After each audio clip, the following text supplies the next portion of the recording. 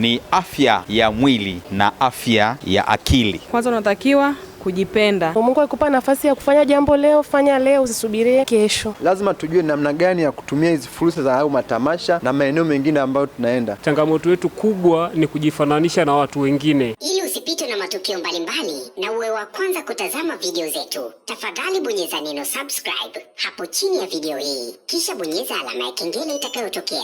Asante.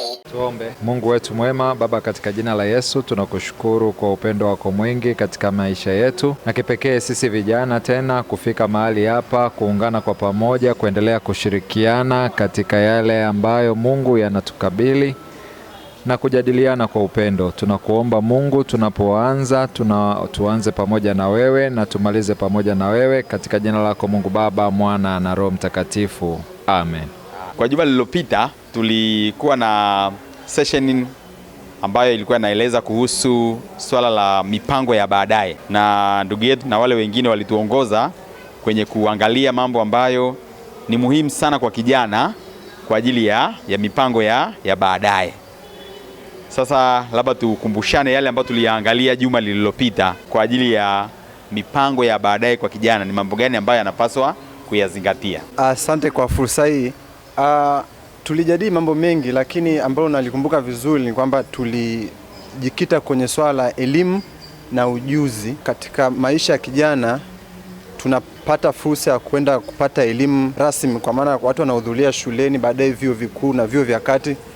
Kule kwenye vyuo tunapata ujuzi. Kwa hiyo katika kupata elimu na ujuzi tofauti tofauti unakusaidia mtu kujichagulia njia ipi unataka kuwa nayo baadaye. Kama ni taaluma fulani unataka, labda mimi nataka kuwa daktari, naenda kufuata masomo ambayo yatanipeleka mwisho wa siku kuwa daktari. Kwa hiyo ninapanga baadaye yangu kutokana na masomo ambayo nitayasoma sasa hivi. Elimu si lazima tu ya darasani, kuna elimu ya nje ya darasa ambayo pia siku hizi imekuwa na manufaa makubwa. Ukiwa na ujuzi, kwa mfano ufundi washi, ufundi ususi, ufundi viatu, ufundi ziko taaluma tofauti. Kwa hiyo tuigusa katika swala hilo kwa upande wa elimu na ujuzi. Tunaposema kijana katika future plans zake kujitambua ni jambo la muhimu, ni mambo gani ambayo nafikiri yanapaswa kuzingatiwa? Karibu. Asante kwa mjadala huo mzuri. Kijana ambaye anapaswa kujitambua ni yule ambaye tunasema kwanza anajua kwenda na wakati, au ule muda wake anajua kuutumia muda wake vizuri. Kijana Mkristo ambaye anatamani kupata mafanikio, naamini kabisa anatakiwa kujua wakati huu unapaswa kuwa wapi na nini ambacho anatakiwa kukifanya. Lakini sana sana fursa tunazozipata, tukizipata kweli tuzitumie vile ambavyo inapaswa kutumika. Sasa kuna ile tunaponda mali kupitiliza. Tumepata fursa, umepata pesa, Mungu amekubariki, umepata pesa, tunashindwa kuwekeza kwenye vitu vya msingi, tunatumia kwa kupitiliza, kiasi kwamba kesho yetu sasa inaweza kuwa kwa ngumu kwa sababu hatujawekeza vizuri leo yetu. Kama mojawapo ya njia za kumfanya kijana aweze kuwa na maisha bora ya baadaye, unazungumzia kuhusu mambo ya kuweka malengo. Nafikiri mojawapo mambo ambayo tuliangalia juma lililopita. Kwa upande wangu, kijana kwa malengo ya baadaye, kwanza unatakiwa kujipenda, utunze afya yako. Unatakiwa kula kwa wakati, kupendeza, usafi wa nje na wa ndani. Maana vijana tunajisahau sana kwenye mambo ya usafi. Unakuta ni kijana tumejikita kwenye kutafuta, tumejisahau hata kujiweka katika miili yetu kuwa wasafi. Kwa hiyo tunapopambana kutafuta kwa ajili ya baadaye, pia tupende afya zetu na tujijali. Ambayo tuliyatazama katika kipindi kilichopita na kuweka malengo, tukasema pia inawezekana ni malengo inategemea ni yana ukubwa gani. Inawezekana ni lengo la muda mrefu au ni malengo ya muda mfupi, inategemea na kile ambacho wewe unawiwa kukifanya. Na tulisema malengo hayo labda yawe ni yale ambayo yanapimika. Unaweza ukayapima kwamba sasa hivi nimeshafanikiwa kwa kiasi fulani, nimeenda mpaka muda fulani, lakini pia yana muda wake ni kiasi gani. Sio kutoa malengo kila siku mwaka mzima, una malengo gani? Lengo hili. Una lengo gani? Lengo, lakini hatuoni kile ambacho kinafanyika. Kwa hiyo ujipe na muda kabisa kwamba ifikapo miezi mitatu, ifikapo miezi 6, ifikapo mwaka, ifikapo nini, inakuwa tayari nimeshafikia malengo ambayo ninataka kuyafanyia kazi. Na jambo ambalo lingine tulilolitazama ni habari ya nidhamu na uwajibikaji. Nidhamu ili kijana maisha ya baadaye yaweze kuwa na tija, nafikiri kunahitaji nidhamu na kuwajibika. Labda mchungaji wa mazoezi unaweza kutuambia hapo kwenye nidhamu na kuwajibika ni mambo gani ambayo kijana anapaswa kuyafanya? Sana mchungaji. Kijana anahitaji nidhamu kubwa sana, hasa katika kuweka mipango yake, kwa sababu vishawishi siku hizi ni vingi na walimu wanaendelea kuwa wengi, aidha katika uwekezaji ama katika mipango husika. Kwa hiyo ni muhimu sana kuwa na nidhamu binafsi, hasa katika kuhakikisha kwamba anabakia na lile wazo ambalo ni la msingi ambalo alikuwa analitazamia. Kwa mfano, kama ulikuwa unahitaji kufika katika mtaji, kuanzisha mtaji wa kitu fulani, ubakie nao.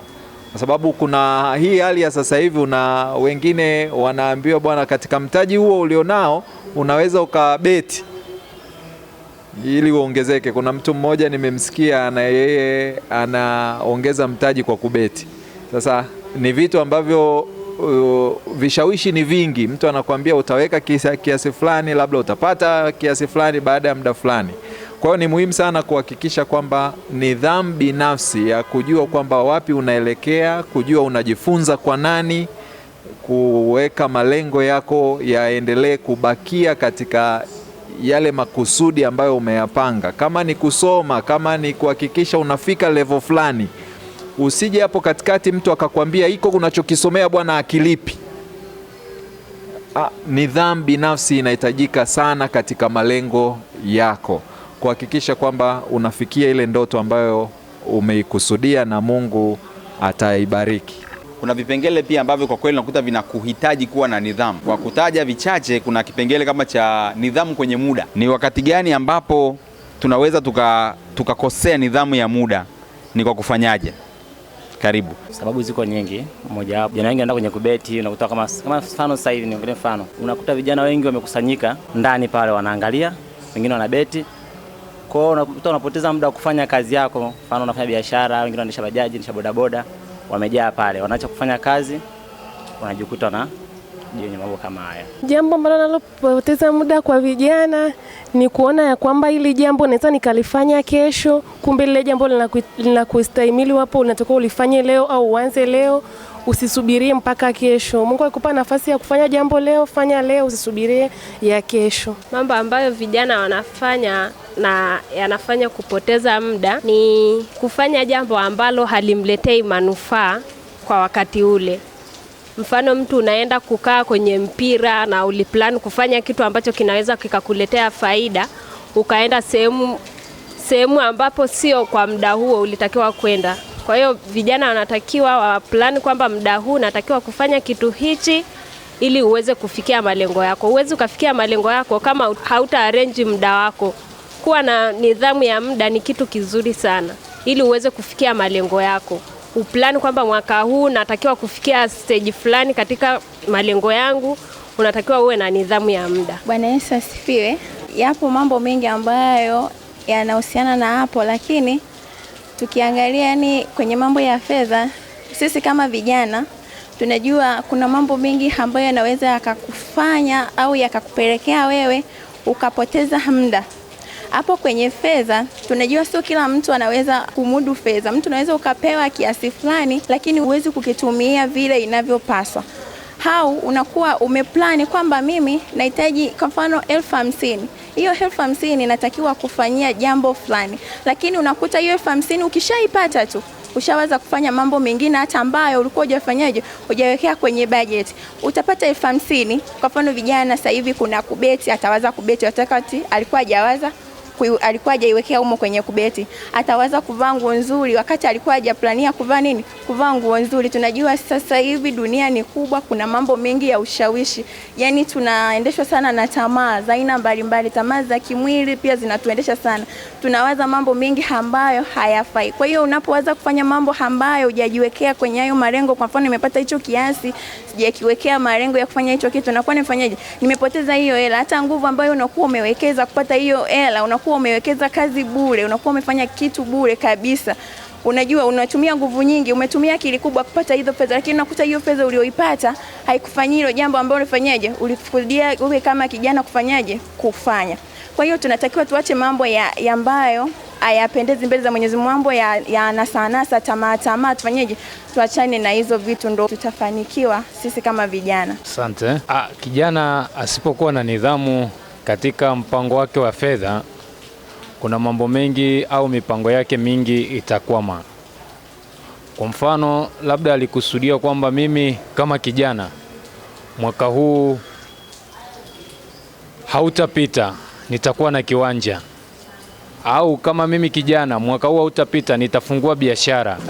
Lakini unakuta ana mchakato wa kupata fedha au ameipata ile fedha lakini hajaitumia vizuri, akaipeleka kwenye mambo mengine ambayo hakuyafikiria.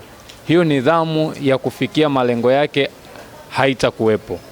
Lakini akiwa anaendelea na kutembea katika ule mpango mkakati ambao amejiwekea, nadhani huyu kijana atafanikiwa kwenye mipango yake. Na fedha inahitaji nidhamu sana, maana unaweza ukaishika leo, kesho ikaondoka. Na tunaona watu wengi ambao wameshika fedha nyingi, lakini kwa sababu hawakuwa na nidhamu katika mipango yao au matumizi yao ya kifedha, nadhani wengi wameanguka na wengi wameporomoka kabisa. Lakini wale ambao waliozingatia kwamba nidhamu yangu ya kifedha na mpango wangu mkakati, kwamba hili ndilo ambalo nilikuwa nalo nalifikiria, hao watu wameinuka kiuchumi na tunashuhudia ni wengi. Lakini tusipokuwa na nidhamu, kweli kama vijana tutaporomoka.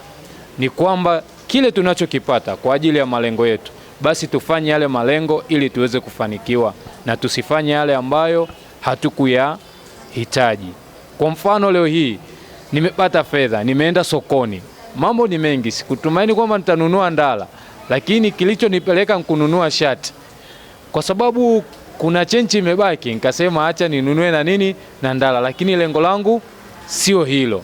Kwa hiyo tukiwa na nidhamu kwamba kilichotupeleka kukifanya tukifanye kile, ili tukiwa na lengo lingine tuweze kukaa chini na kujua kwamba hii fedha nikiipeleka pale nitaweza kufanikiwa vizuri zaidi. Kwa hiyo malengo yetu yaende pale pale tulipokusudia, tusitoke nje ya mpango wetu tuliokusudia. Ya muhimu ya kuzingatia ni afya ya mwili na afya ya akili, kwamba ili uweze kufikia malengo yako ya baadaye, kijana, huna budi kuzingatia swala la afya yako. Swala la afya, habari ya lishe bora kama chakula kizuri, habari ya mazoezi, na kwenye afya ya akili, yale mambo yote ambayo yanaweza yakawa yanaleta msongo, kuepuka mambo yote yanaweza kuleta msongo wa mawazo, lakini kutafuta msaada pale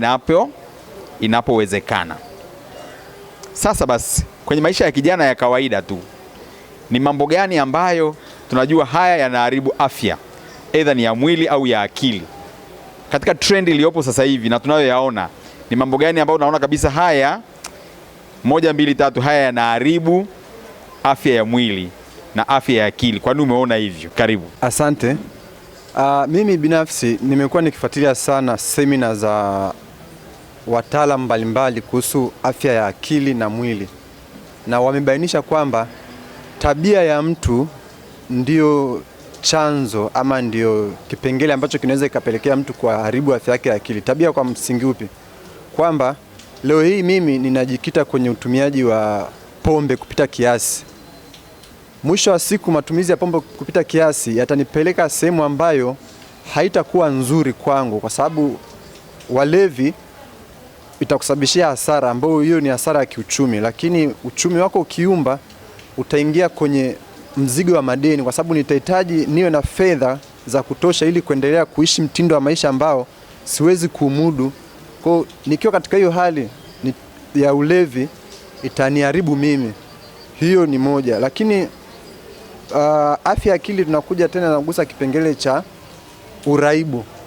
Kuna swala la matumizi labda ya madawa ya kulevya kutokana na vishawishi. Mimi kijana naona mwenzangu anafanya, naenda na mimi kujaribu. Katika kujaribu mwisho wa siku napitiliza na mimi nakuwa nimekuwa mwathirika na pindukia kuwa mtumiaji mkubwa madawa ya kulevya. Kwa hiyo afya yangu ya mwili na akili ni msingi, kwa sababu mtaji wa kwanza wa binadamu yote ni afya. Nikiamka mzima naweza nikafanya shughuli yoyote ya kuzalisha mali, lakini pia hata biashara. Kwa hiyo kama sina afya imara siwezi nikazalisha chochote, nitakuwa tegemezi. Kwa mimi naamini ili uwe na afya nzuri lazima tabia yako na yenyewe iwe ile ambayo inapendeza, au ni mwenendo ambao kwa kijana Mkristo unaenenda sawasawa na ambavyo Kristo anatufundisha katika neno lake. Kwenye maisha lishe ni muhimu sana, kwa sababu ukikosa lishe hata utendaji kazi wako utafifia.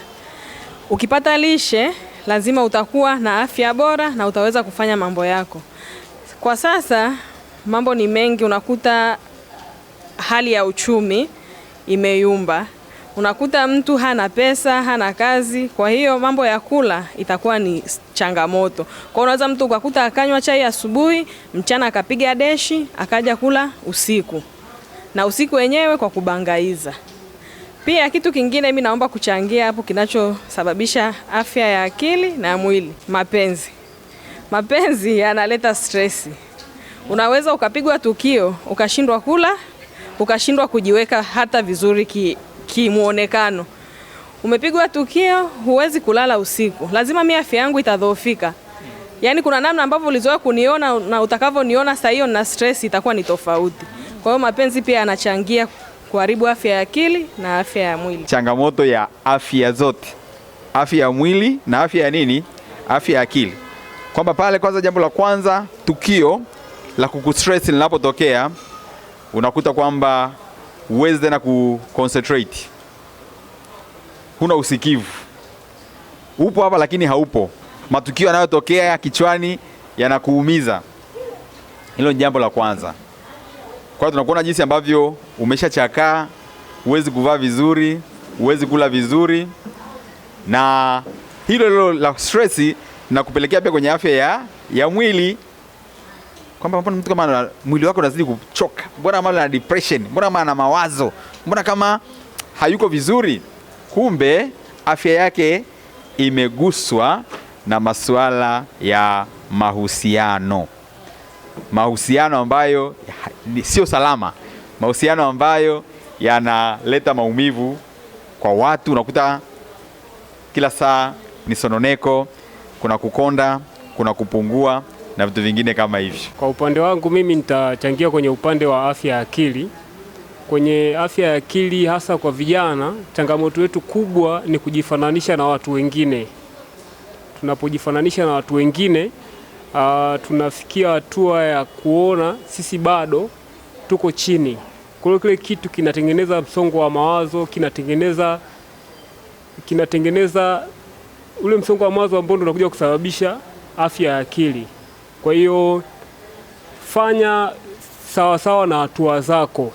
Usijifananishe na mtu mwingine. Haijalishi mmesoma wote, haijalishi mnafanya biashara wote, haijalishi mko wote sehemu gani, lakini yani tegemea kutokana na hatua zako, usijifananishe na mtu mwingine. Tujipende kwanza sisi na tujithamini. Yani bila kujithamini sisi na kujipenda, hakuna mtu atakayetoka nje aipende afya yako wala aipende nini au upende mwili wako. Kwa kuna mahali itafika pia hata ukishaanza kuwa na mwili dhaifu, afya yako ikadhoofika, hata kazini pia utakuwa na changamoto. Yani bosi mwenyewe hata kuwa na ile uhalali wa kukusema ngoja nimtume mtu fulani, ngoja nimpe kazi, kwa hata utendaji kazi wako pia utapungua. Kwa naomba vijana tujipende kwanza na tujithamini. Mfano mimi mwenyewe huwa natembea na paseli zangu. Yani kama unavyoona hapa na chupa na na vikontena. Kwa ni lazima.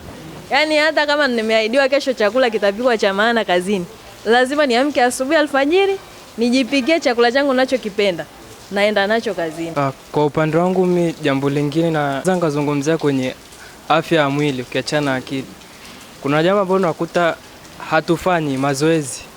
Unakuta mtu wale muda wote tu ni kwenye ofisini, nyumbani, kwenye gari na unakuta chakula chake ni vitu vya mafuta. Kwa hiyo unakuta mwili unaweza kusema tu unalendemka tu, mafuta yanajazana nini. Baadaye ndo nakuja kusikia issue ya pressure na kisukari na matatizo mengine. Kweli kila mtu hebu jitafakari kwenye rutini yako ya siku. Una mazoezi kiasi gani?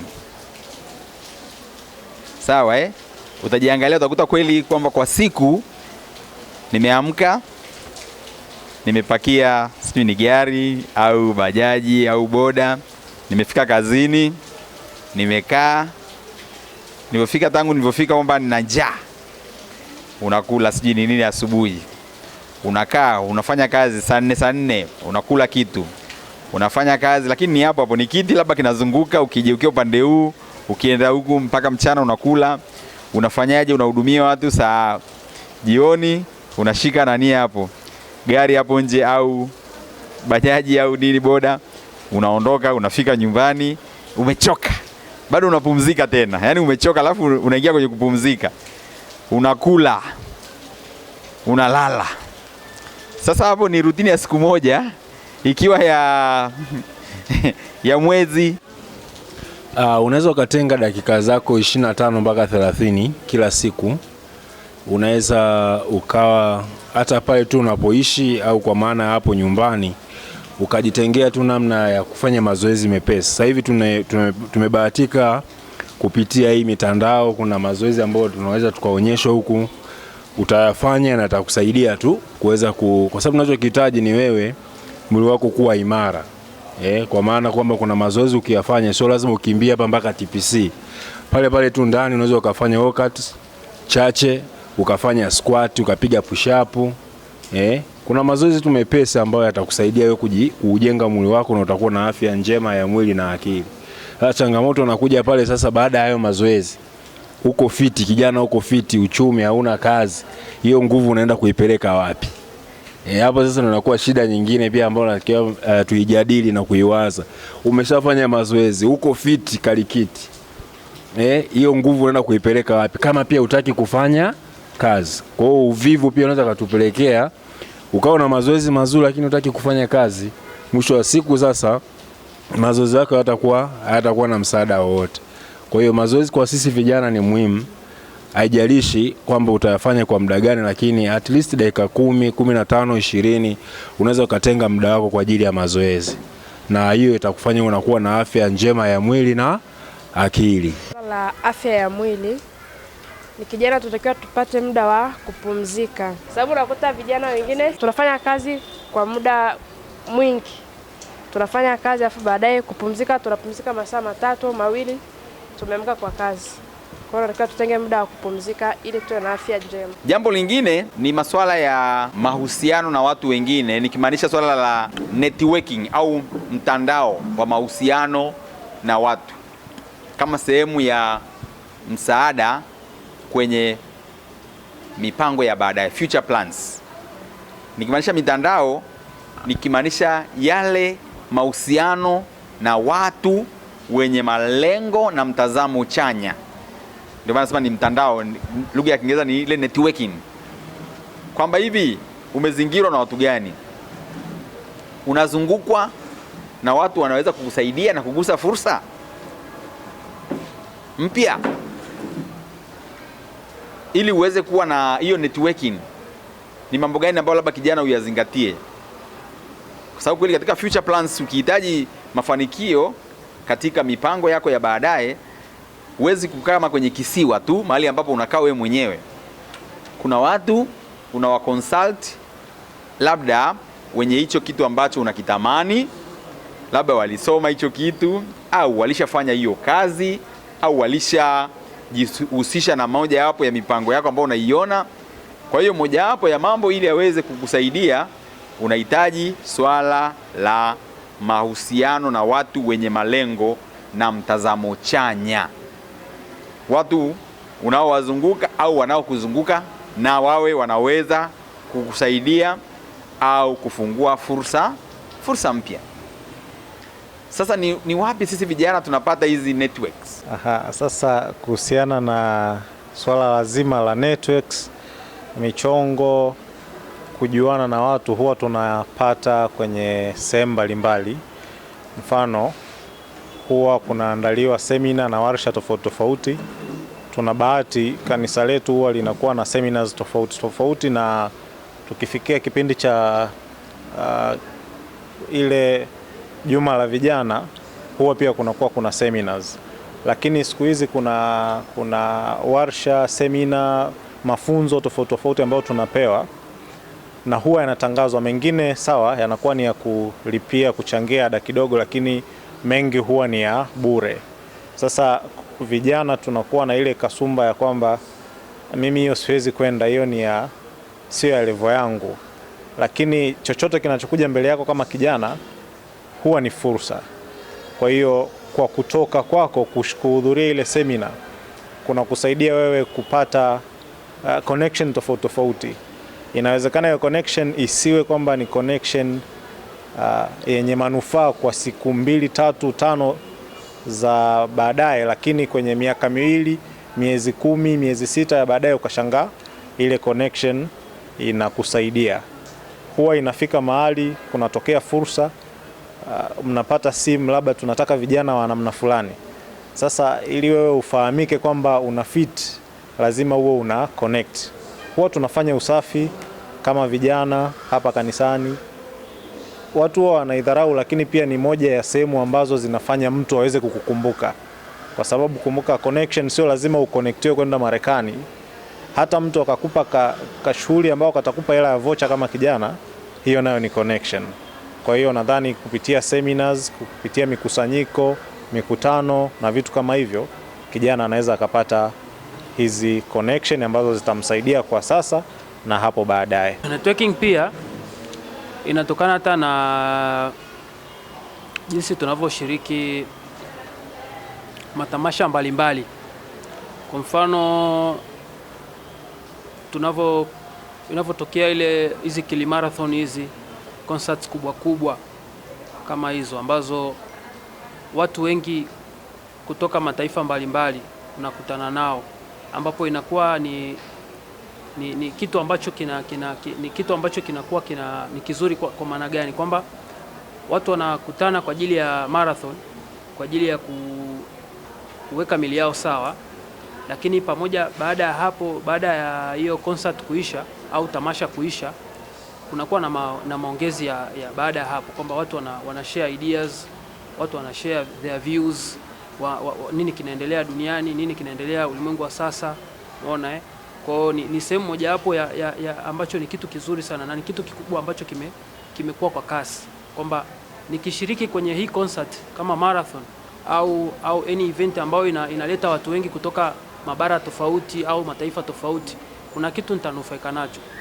Kwa hiyo ni getaway pass, tunasema ni getaway pass ya wewe kujuana na watu wa mbali zaidi. Tumetoka hapa kama Moshi mjini, usharika vijana, tunaenda labda hata Arusha. Mimi napenda kwamba nikifika kule hivi sitaki nikae tena na watu wa Moshi ambao nimeenda nao.